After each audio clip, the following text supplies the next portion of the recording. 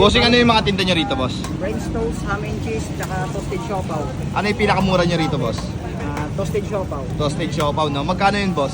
13 13 pesos po, no? pesos. Yung ham and cheese nyo po, 25 pesos. ayun yung ham and cheese nyo, boss. Yes po. Yun, no? 25 pesos lang, guys. Meron na kayo ng ganito. Yan, matitikman nyo na to, guys. For only 25 pesos. Dito yan lang sila matatagpuan sa tabi ng Barangay Quiapo. Yan, no? Barangay Quiapo daw to. Tapos, ito, makikita nyo na to. Yun. Kapag babayan, dito po. Yun, no? Mood trips. FT. Titimusan natin dito ngayon yung toasted siopaw nila. And guys, oh. Tignan yung laman yan. For only 13 pesos, matitikman nyo na to. No? Timusan na.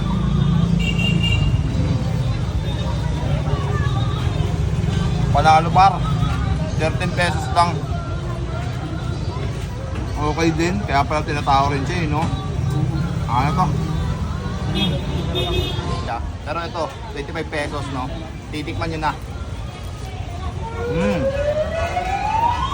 Marami siyang cheese, tapos ham. Tapos ayun nga, masarap din, panalo. For only 25 pesos lang, sulit yung merienda mo.